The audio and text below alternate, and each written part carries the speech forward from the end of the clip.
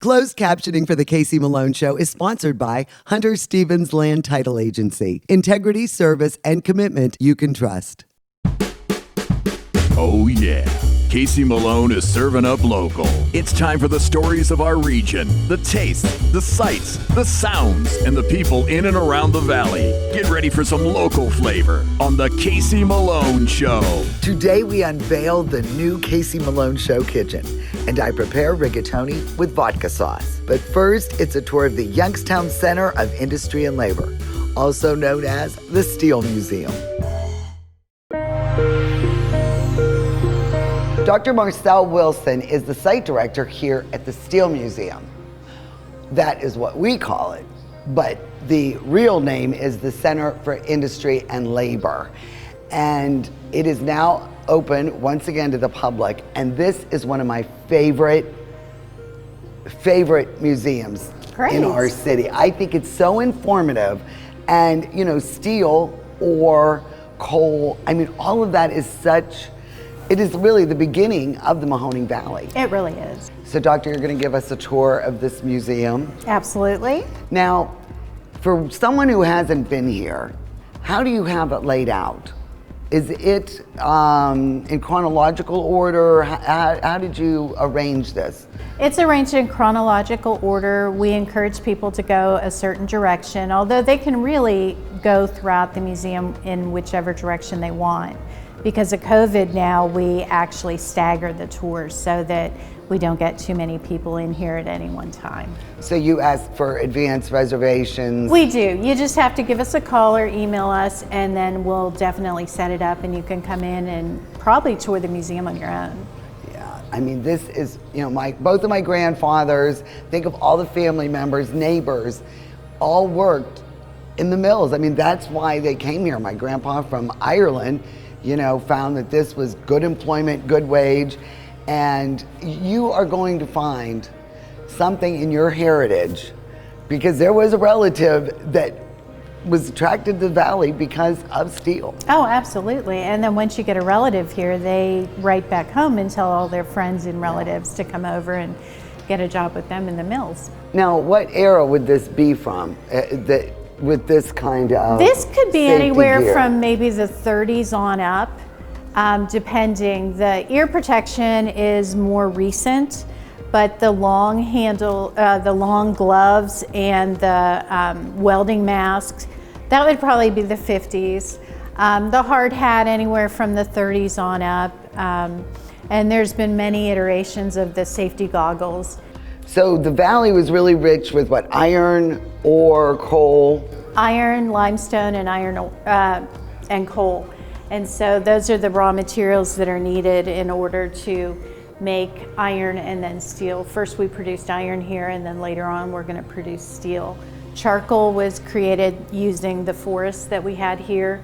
It was the fuel source. Later on we would turn to coal, turning it into coke. That would be the fuel source for steel. This is a stone stack furnace. It would have been the earliest furnace that they would use to produce iron here in the Mahoning Valley. You place your fuel source, which would have been charcoal, at the base. They would take a horse-drawn wagon up a hill. This is built into the hillside, and put the raw materials in the top.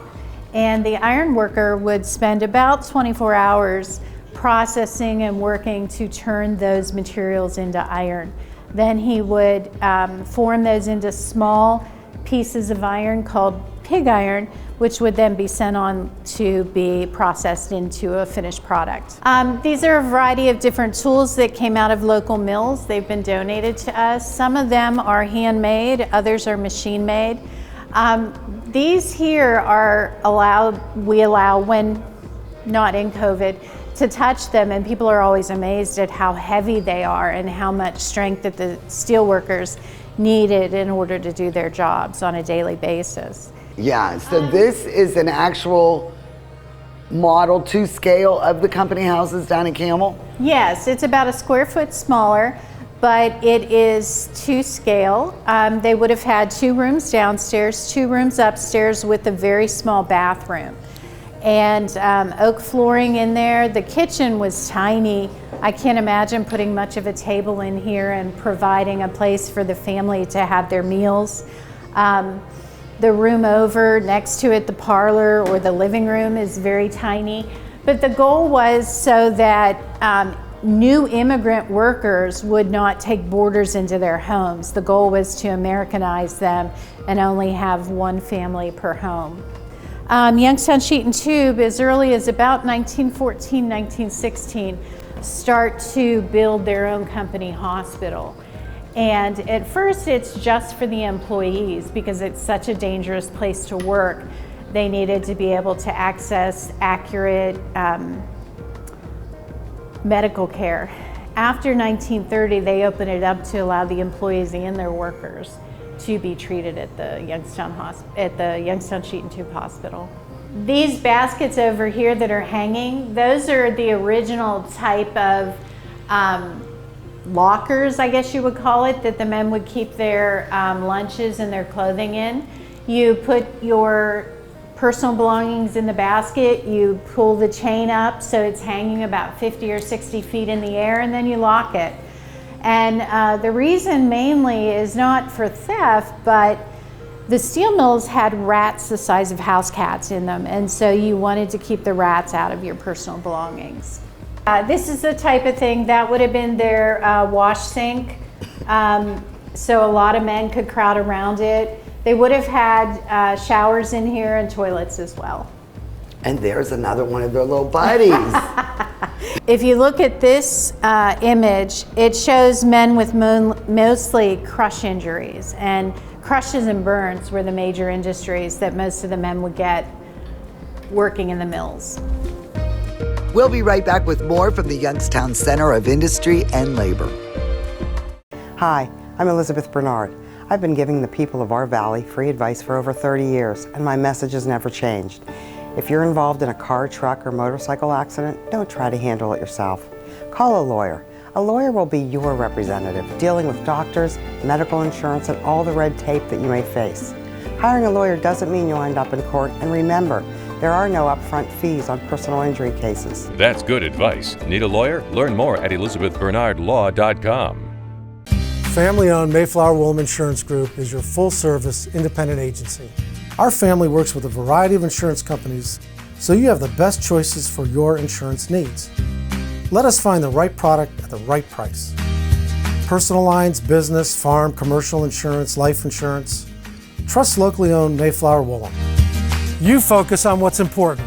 We'll take care of the details. Mayflower Woolham, close by with 3 locations to serve you. Rulli Brothers has a great choice of quality cheeses. We use our relationship with Old World Houses to specially select the product and then have it custom cut and packaged by our own local artisans. At Rulli Brothers Market, our family is in the store.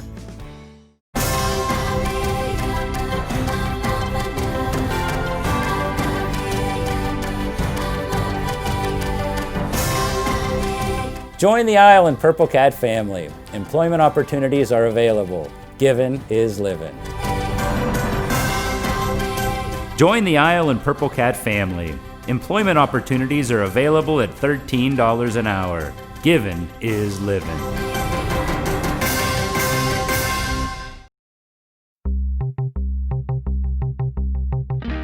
I am here with Rude the Dude from the Magic Tree Pub and Eatery. Whether you're partying holiday style in person or at home, you've got everybody covered. Yes, we have them covered here. You know, we developed a really good catering menu, half pan, full pans, office parties, family parties, anything off-site that we can handle, but also to in-site. We still have our banquet room, which holds up to about 85 people for buffets, limited menus. Again, office parties, family parties, we can get you covered any way you like.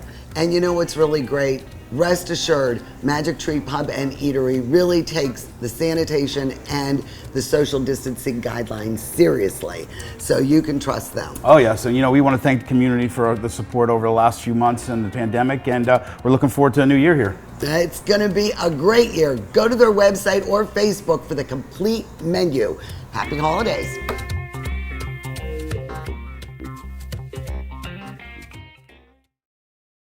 Selling engagement rings never gets old. It's love. It's a huge on-taping because they're going to wear that ring probably forever, but if they're not going to wear it forever, they're going to pass it down to somebody. Our rings will hold a lifetime, and we want to make sure it does. We stand by every single thing that we sell. I believe I can find the perfect ring. I really try to get them exactly what she would want. And to just be a little part of that is really, it warms your heart inside. Get real, get Kamara.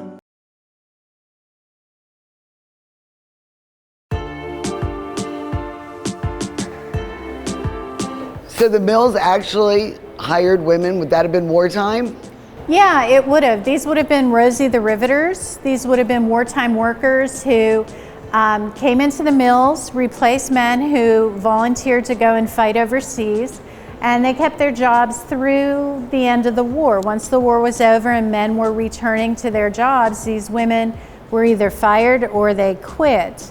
Here we have an example of women who were tin flippers. You can see that they have special apparatus on their hands to protect them because the tin is very sharp, and the goal is for them to flip it to make sure that it's evenly coated on both sides. But other than that, the women really are not wearing any protective gear. They're wearing cloth aprons, they just have short sleeve shirts on, and if you look at their shoes, they're wearing just everyday shoes. One of the excuses is that they didn't make safety equipment small enough for the women. The other is that it was wartime and you just had to adapt. This is a seamless tube model. It was made by the men at Youngstown Sheet and Tube. It actually would be used to demonstrate how they would produce seamless tube, and they took it with them to trade shows. They would also use it to educate new employers and for publicity purposes. At How one did time you this get to worked. acquire these kind of things? Were these Somebody donations? contacted us. Yeah, we just got a call yesterday that somebody else has a model from, I think, Republic that they want to give us at the rolling mill. These over here are molds. If a piece of equipment broke in the mill, you would call down to the mold department, and you'd tell them the number. They'd grab their wooden mold, put it in some damp sand, which is called green sand, and then make the mold, pour in iron or steel, make the new part, and be able to fix the equipment. We have a hard hat that Steve Tack wore. It's dented from a piece of angle iron that fell on his head. There's also a salt tablet dispenser in there. In the 1930s, Harvard Medical School came and did a study on the steelworkers here in the valley about why they were passing out from heat exhaustion. And they discovered if they would take salt tablets and they would put salt in the drinking water, then the men wouldn't pass out because they'd retain water and they wouldn't be dehydrated. African American workers were involved in the union, and they still had to struggle to be treated with the same equality and dignity that white workers had, but the union was able to help them secure better jobs. Over here, are you looking at here? This would show more safety. Prior to the mills having hospitals, they would teach the workers some basic first aid, and so if someone got hurt, someone on either side of you would be able to render aid. Unions and collective bargaining. They're saying that the Steelworkers Organizing Committee back in the 37. Yes, the 20s you start to see the rise of unions in the mills. By the 30s we're in the Great Depression, and unions are starting to try to work to gain more rights and more income for their workers.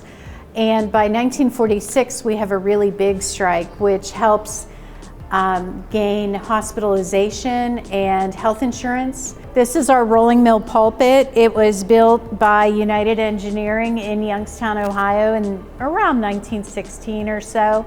Then it was shipped to a steel mill in Cleveland, and it was in continuous use through the 80s. What they would do is they would take out the technology and put in new technology as the steel mills advanced. Well, I want to thank you, Doctor, for this tour, because you obviously are passionate about this, and there is just so much going on here. And then the train exhibit. I mean, that's like icing on the cake. But I really think that in our own backyard, we have this wonderful museum where everyone in the Valley has an association with the steel industry. Yes. And they should be here. And we get out of town guests, we get busloads of people and the school children, but this is a worthwhile day spent. Oh, absolutely. And it's really great when grandparents bring their grandchildren here and explain to them what type of job they did and show them the different tools they used and the safety equipment that they wore. And it's really a fun time for everyone. And new people get to learn about what our city was all about and how it was built. I mean, there is really something for everybody. So now during these COVID times, you do have to pre-book or book online, but they are open again, and do take advantage of this gem. And don't forget about the architect too, huh? Oh, absolutely. Michael Graves. Michael Graves designed the building. And if you come down here, each side of our building looks different. And that's because he designed it to look like a different part of the steel mill from different eras. So just go online and you'll get all the information, and thank you again. The Casey Malone Show will be right back with more local flavor. To own a business where your name's on the window can be pretty cool. That's my family. My name is Danny Catullo, and I'm the owner of Catullo Prime Meats. My grandfather started the business in 1962. I was able to take our old style butcher shop and bring it out to the new age using e-commerce to get our products to more customers. When we started shipping, there was not a ton of information out there. That's where we really worked with FedEx so they could be able to help us with our perishable shipping. We were taking on new purchases that we never had to make before. Boxes, coolers, ice packs, anything that was involved around shipping. So we can no longer do this with the cash that we had on hand. So because of the Plum Card from American Express and all of its benefits, it was a natural fit to help grow our business. And when someone calls and lets you know that you made their dinner, that's satisfaction that you can't get anywhere else. Here at Creekside Fitness and Health Center, we are focused on you, from cardio and strength equipment to classes and personal training. The health of our members and staff has always been our top priority. Limiting class sizes, social distancing, and frequent cleanings are just a few ways we are making Creekside a safer environment for all. Membership and personal training specials are happening now, so come experience life on the fit side at Creekside, your neighborhood gym. R&S Paint is a locally owned paint store and not a paint department. Inspiration comes easy when choosing exciting Benjamin Moore colors and finish. Over 3,400 vibrant and durable colors are yours at R&S Paint. My basement was dreadful. Cracked concrete, chipped tiles, it was my dumping ground. Carpet, vinyl, wood don't last. Now I have Pebblestone, the best basement floor covering, made with natural stone and the strongest man-made binder. Pebblestone evened out my floor. Easy to clean, resists moisture, and withstands flooding. You will love your basement. Call today and receive 65% off and have Pebblestone installed by the holidays. Rulli Brothers is way ahead of the competition. Check out Rulli Spice World, where you can buy bulk herbs and spices, plus candies, nuts, and fillings for pennies on the dollar. At Rulli Brothers Market, our family is in the store.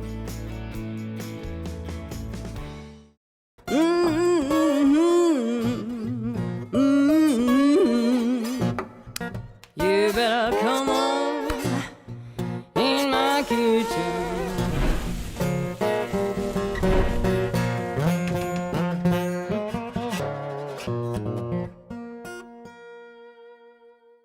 Well, I've got a very special guest in the kitchen today. Matt Seamack from Seamack's Northside TV and Appliance is the first guest in the new kitchen. What do you think of that, Matthew? Oh, I think it looks very nice, and I'm honored to be the first guest here. He is, because you know why? He was my very first stop when the plans came to be. I said, well, before we go any further, I better make sure I got the right appliances. For the first time in my life, I had new kitchen appliances, and you were so helpful. Well, thank you. So he is the honored first guest in the kitchen. You're third generation now. That's correct. Why is it still called Northside when you're in Struthers? Well, we get that question a lot. It's simple. It's because we started our business on the north side back in 1951. And now we moved to Struthers in the early 60s, but most people can't pronounce or spell our last name, so we kept it as Northside. I can't believe the selection that is on the floor. I mean, it really is shocking. I'm thrilled with my new appliances, by the way, and you're not gonna believe this.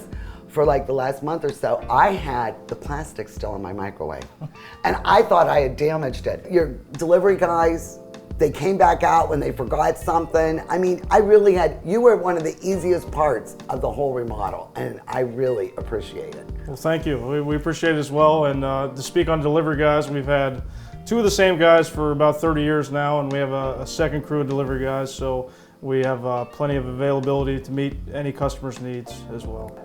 I know that Terry's going to join us in a little bit, and I know he is a big fan of Italian. It's true. So I made this great dish, and I think everyone is really going to like it. It is a rigatoni with vodka sauce. For this recipe, you'll need 1 medium onion chopped fine, 6 garlic cloves chopped, 1/2 cup of Parmesan cheese grated and more for serving, 1/4 cup of extra virgin olive oil, 1 tube of tomato paste, double concentrate, 1/2 teaspoon of crushed red pepper seeds, 2 ounces of vodka, 3/4 cup of half and half, and 1 pound of short pasta, a mezzi rigatoni, farfalle, shells, and chopped fresh basil for garnish. So Matt, are you ready? I know you love to cook. That's now right. We've heated the olive oil, it's shimmering, so now we're gonna add the garlic and the onions, add them both at the same time. And we are going to hear that nice sizzle. And then let's stir it up. And then this is going to take probably about 5 minutes until both of these are softened. And then a pound of rigatoni. Now, to be al dente, this is 12 minutes. So I'm gonna set my timer. See my timer up here on my handy dandy microwave? So I'm gonna set it for 11 minutes because we're gonna be cooking it further in the pan. So now we've got 11 minutes to get this sauce going. I'm gonna add the red pepper seeds. Now, if you don't like heat, don't add this. I mean, but I like a little spice in my food. And now put the whole tube of the tomato paste in. Now you're gonna continue to stir this and incorporate that really well. And we wanna stir this until it turns a little darker red. And then we know that all the flavors, have melded together. So that is a perfect color. All right, so take the vodka, that's 2 ounces, and put that in, and we'll deglaze the pan, and then just incorporate that together. We're gonna need pasta water to add and loosen this sauce, and we'll be adding it in increments. So what I'm gonna do is pull about 2 cups of water before we dump it. So we'll cook that a little further, and then I'm gonna go dump these. Okay, Matt, I'm gonna add a little bit of the pasta water. Okay. Just a 1/2 cup. Stir that up, and then once that's mixed in, we'll add the cream. Whole thing in. Beautiful, look at that beautiful color. I'll take that, and then just keep mixing that until it all, oh, that looks beautiful. Add the noodles. Oh, and I'll mix those until they are all coated with the sauce. Now we're just gonna add a little bit more of the water, just a little bit. And then let's add half of that cheese. And that'll help a little bit more. Yeah, that's good. You don't want it too thick, but then you don't want it runny either. But I think we are at almost the perfect consistency.